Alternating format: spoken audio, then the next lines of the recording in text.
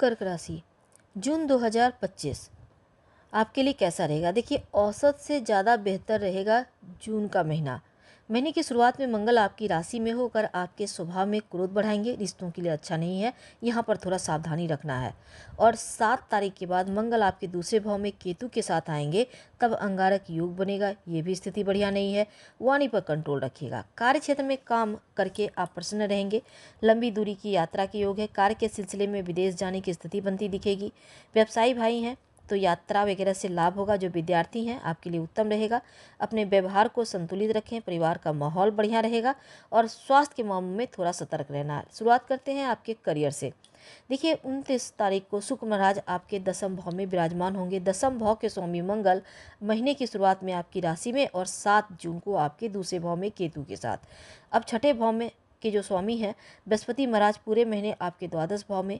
ग्रहों की स्थिति कहती है कार्य क्षेत्र में आरामदायक परिस्थितियां मिलेंगी। आप अपने काम को पूरी मेहनत से करेंगे, अपने काम में आप माहिर बनेंगे, लेकिन किसी से भी गुस्से में आकर बातचीत ना करें, नहीं तो बाद में पछताना होगा। नौकरी में आपकी स्थिति बढ़िया है, पूरे प्रयास के साथ काम को बेहतर करते जाएंगे। व्यापारी भाई हैं, महीना आपके लिए अनुकूल है। और शुरुआती समय को छोड़ दें, एक सप्ताह तो बाद का समय अच्छा है। व्यावसायिक यात्राएं वगैरह भी हो सकती है। किसी के कहे में आकर कोई निर्णय मत लीजिएगा, बुद्धिमानी से निर्णय लें, बुजुर्गों की सलाह से लें तो सफलता मिलेगी। आर्थिक स्थिति की बात करें तो अष्टम भाव में राहु, दूसरे भाव में केतु, द्वादश भाव में बृहस्पति। आपके खर्चे बढ़ेंगे। आपके लगातार खर्च होने से परेशानी हो सकती है। शुरुआत में सूर्य बुध का एकादश भाव में होना आपकी इनकम को बढ़ाएगा। बुद्धिमानी से प्रयास से इनकम बढ़ेगा, आपको लाभ होगा। और दूसरे भाव में दशमेश का जाना बताता है कि काम से धन कमाएंगे और जमा भी करेंगे। हालांकि 29 तारीख को एकादश भाव में जाएंगे शुक्र, तब इनकम बढ़ाने का प्रयास करेंगे, बुद्धि से धन अर्जित करेंगे, मित्रों का सपोर्ट मिलेगा। अब देखिए, स्वास्थ्य की बात करते हैं। शुरुआत में मंगल महाराज आपकी राशि में रहेंगे तो आपके अंदर क्रोध बढ़ेगा। अष्टम भाव में राहु, नवम भाव में शनिदेव, द्वादश भाव में बृहस्पति, दूसरे भाव में केतु का होना स्वास्थ्य समस्याओं को किसी न किसी रूप में बढ़ा सकता है।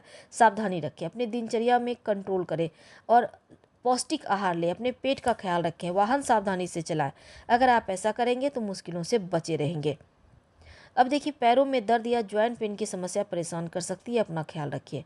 प्रेम जीवन, मंगल महाराज जो पंचम भाव के स्वामी हैं आपके प्रथम भाव में रहेंगे, तो स्थिति प्रेम संबंधों के लिए अच्छा है। एक दूसरे को बहुत अच्छे से समझेंगे, परिपक्वता आएगी, रिश्ते बढ़िया रहेंगे। 7 जून को जब मंगल आपके दूसरे भाव में आएंगे, पंचम भाव को देखेंगे, तब थोड़ा सा रिश्तों में ध्यान दीजिए, क्योंकि केतु से पीड़ित होंगे। आपके अंदर क्रोध बढ़ेगा, आक्रामकता बढ़ेगी, आवेश में आकर गलत मत बोलिएगा। अब हम वैवाहिक जीवन की बात करते हैं। देखिए, मंगल की पुण्य दृष्टि सप्तम भाव पर, रिश्तों में टकराव होने के योग है। जीवन साथी के स्वास्थ्य का ध्यान रखें, लड़ाई झगड़े से दूर रहे। लंबी यात्रा होने के योग हैं और रिश्तों में मजबूती लाइए। पारिवारिक जीवन के लिए औसत है। शुक्र महाराज 29 जून तक दसम भाव में बैठकर चतुर्थ भाव को देखेंगे। महीने की शुरुआत में मंगल की दृष्टि भी चतुर्थ भाव पर है। परिवार में सुख संसाधन बढ़ेंगे। परिवार में लोगों में प्रेम, अपनापन बढ़ेगा। नई चीज़ें खरीदेंगे। दूसरे भाव में महीने की शुरुआत में केतु हैं। इसके बाद 7 जून को मंगल का भी केतु के साथ अंगारक योग, तब लड़ाई झगड़ा घर परिवार में हो सकता है, कुटुंब में हो सकता है। वाणी पर कंट्रोल करें और इसका ध्यान रखें। हर काम में भाई बहन का सपोर्ट तो मिलेगा, साथ ही आप भी उनके साथ बढ़िया व्यवहार करें। महीने के उत्तरार्ध में पिता का स्वास्थ्य का ध्यान रखें। पूरे महीने हनुमान चालीसा का पाठ करें। चंदन का आप तिलक माथे पे, कंठ पे लगाएं और चंदन का परफ्यूम या इत्र का इस्तेमाल करें तो अच्छा रहेगा। साथ ही शिव जी की आराधना करें, नमः शिवाय का जप करें, हो सके तो रुद्राभिषेक करवाएं तो आपके लिए अनुकूल रहेगा। हम आपसे विदा लेते हैं। जानकारी अच्छी लगे तो लाइक कर, सब्सक्राइब करें, शेयर करें, कमेंट करें। धन्यवाद।